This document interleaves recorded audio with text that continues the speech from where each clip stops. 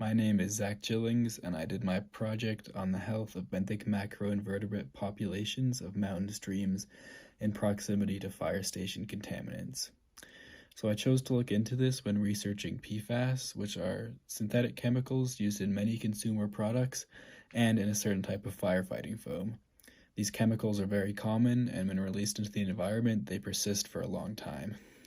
Studies have shown negative effects on the health of lab animals when they have been exposed, but I decided to look into more of the ecological side of it, where there is not too much research yet.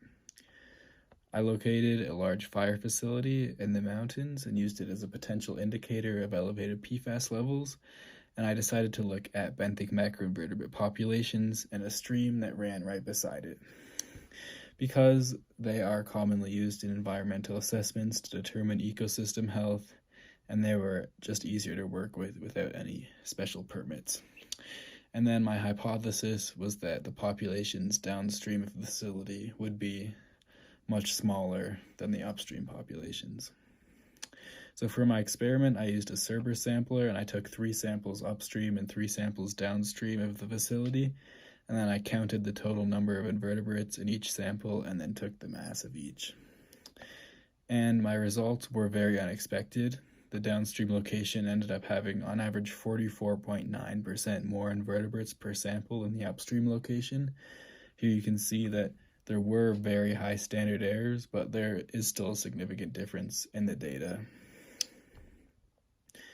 For the masses, the downstream samples were on average almost 4 times larger than the upstream samples, and when taking into account the number of invertebrates in each sample, the individual bugs downstream were still over twice as large.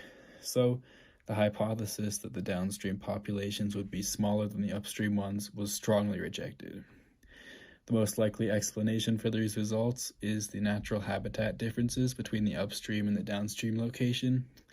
I had incorrectly assumed that since both locations were in the same stream and relatively close, they would have comparable habitats, but when re-examining the locations, I noticed that the upstream location was actually noticeably steeper and more frozen over. It also had larger substrate and cobble in the stream bed when compared to the sand and smaller substrate in the lower location. All of these factors had the potential to affect the benthic macroinvertebrates' density and size.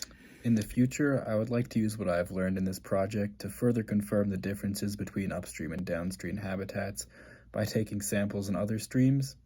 I would also like to continue looking into PFAS and other contaminants by choosing more controlled and similar locations to sample